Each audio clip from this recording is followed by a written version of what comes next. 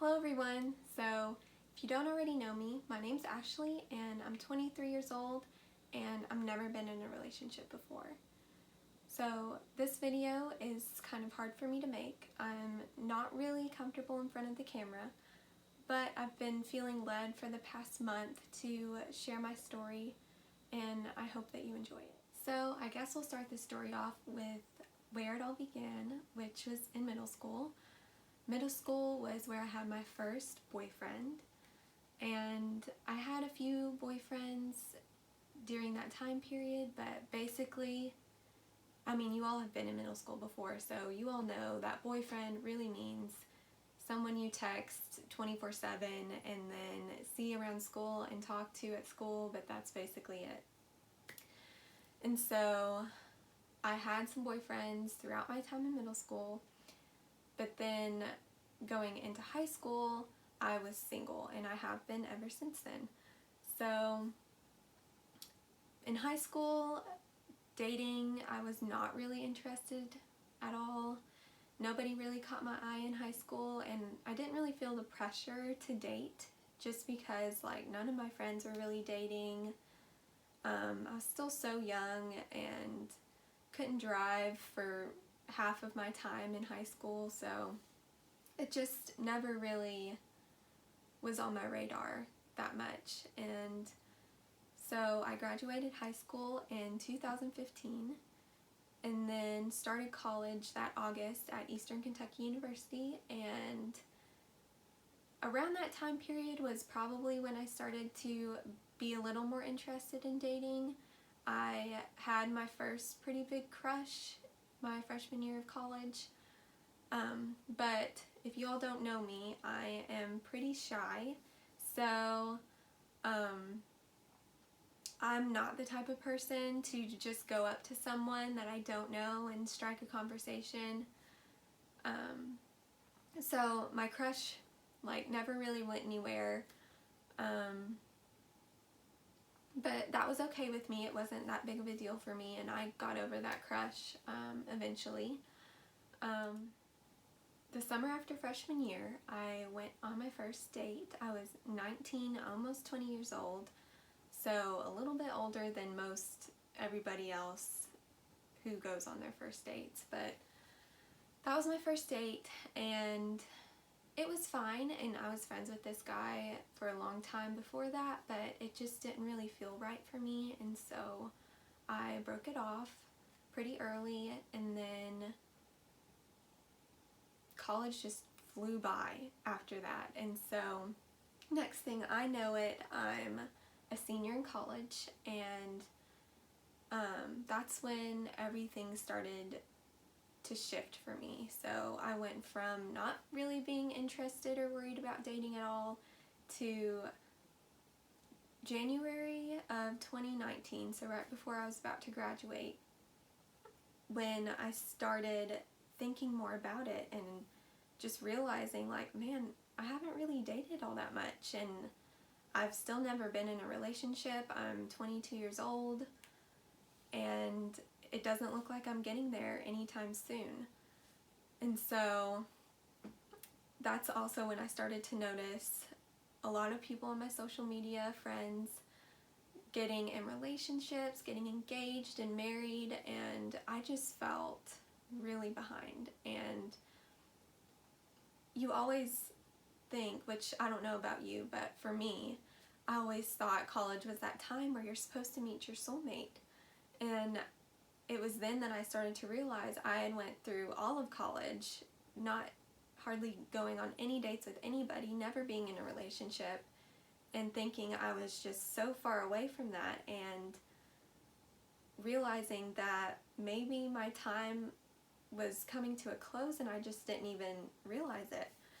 And so during that time period, it was also pretty hard for me because I have a twin sister, for those of you who don't know, and she and I have been rooming together since freshman year of high school, which I guess you could consider basically our whole lives as rooming together. But once we left home, we were roommates the whole time, and that semester she had an internship back at home, and so she was living mostly at home during that time while I was back up in Richmond.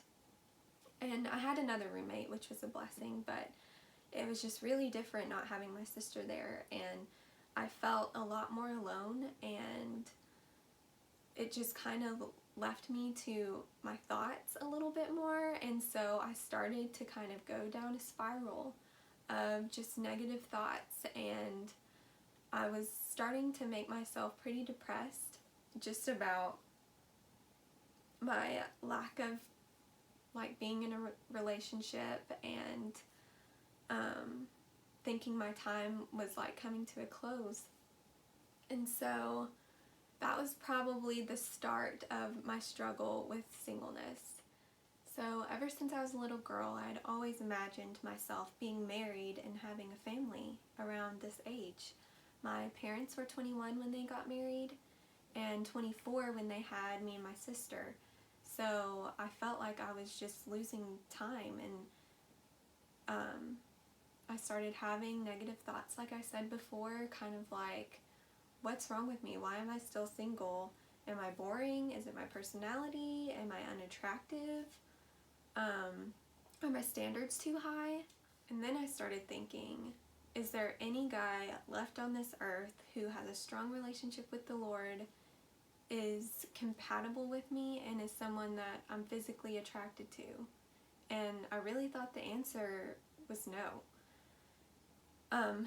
Around this time, I also started talking to more guys than I had for the past 4 years I had been to college, and it never really went anywhere, and it was just really discouraging because I would get my hopes up for something to happen and then wouldn't make it very far at all. So that was really discouraging and sent me probably into an even deeper spiral than I had already dug myself into. And so I wouldn't say I was depressed all the time, but I would definitely say I had little bouts of depression, and that was the first time I had ever really struggled with that. Before, I would say I had never probably had any bouts of depression, so it was really different for me, and it was starting to control my life.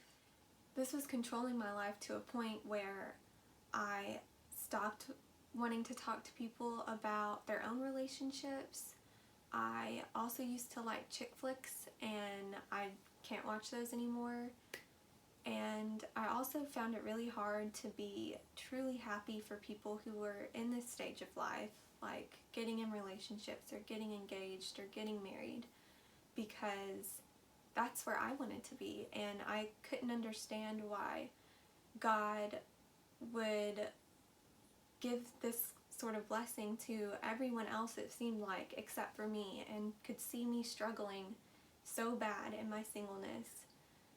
And just seemingly it seemed like he was sitting there passively just watching me struggle and doing nothing about it.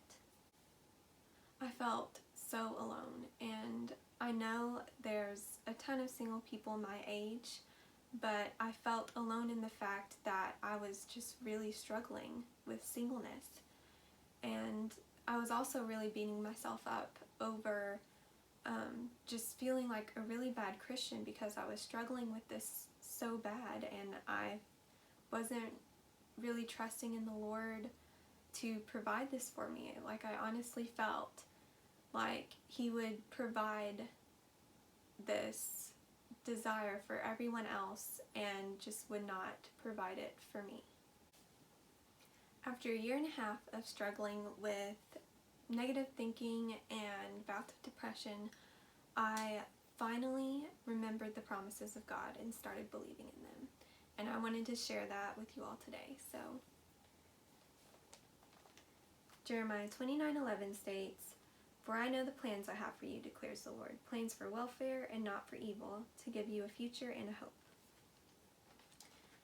And then Romans 8:28 says, "And we know that for those who love God, all things work together for good, for those who are called according to his purpose." And then Romans 5:3-5 says, Not only that, but we rejoice in our sufferings, knowing that suffering produces endurance, and endurance produces character, and character produces hope. And hope does not put us to shame, because God's love has been poured into our hearts through the Holy Spirit who has been given to us. As Christians, we can expect to go through trials. That's just how life goes. But we can have joy and rejoice in these trials, knowing that through these trials we are growing to be more like Christ. So in James 1:2-4 it says, "Count it all joy, my brothers, when you meet trials of various kinds, for you know that the testing of your faith produces steadfastness. And let steadfastness have its full effect, that you may be perfect and complete, lacking in nothing." And then in 1 Peter 1:6-7, it says, "In this you rejoice, though now for a little while, if necessary, you have been grieved by various trials, so that the tested genuineness of your faith, more precious than gold that perishes though it is tested by fire, may be found to result in praise and glory and honor at the revelation of Jesus Christ."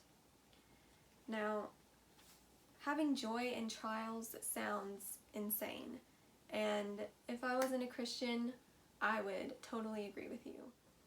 Some of you all may be asking, how do I find joy in the midst of difficult circumstances or trials in my life? And I would say to you, that is a really difficult question, but my pastor actually addressed this topic in this past Sunday's sermon, and he was teaching from the book of Philippians, which, if you don't know, was written by Paul, and he was actually in prison when he was writing this book, and he still found joy despite being in prison.